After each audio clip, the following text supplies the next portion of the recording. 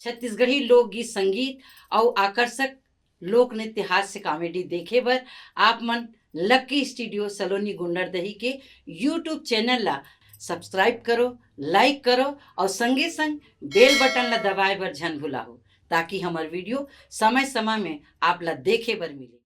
बोलो छत्तीसगढ़ महतारी की जय हो।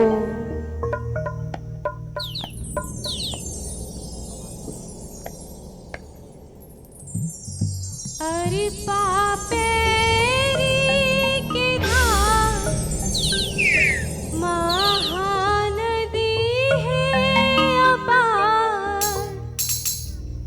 अरे पापेरी के धाम महानदी है अपार। इंदिरावती हा पखारे तोर पैया। महू पारे परो तोरे भैया। जय हो छत्तीसगढ़ मैया।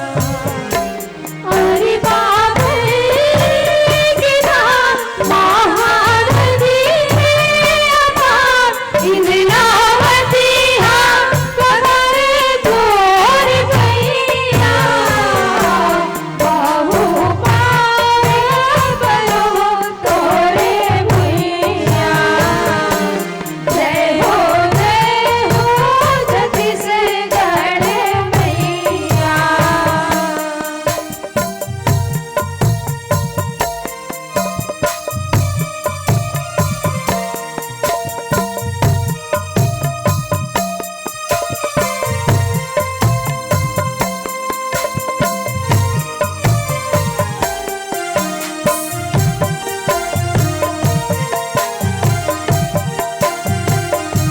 सोहे बिंदिया सही घाट डोंगरी पहाड़। सोहे बिंदिया सही घाट डोंगरी पहाड़। चंदा सूरज हवे तोर नैना। चंदा सूरज हवे तोर नैना। सुनिहारा रे रंग मुगरा हरियर रंग। सुनिहारा रे रंग मुगरा हरियर रंग। तोरे माई हवे सुघर मैना। अजरा तोरे डाले मोरे भैया।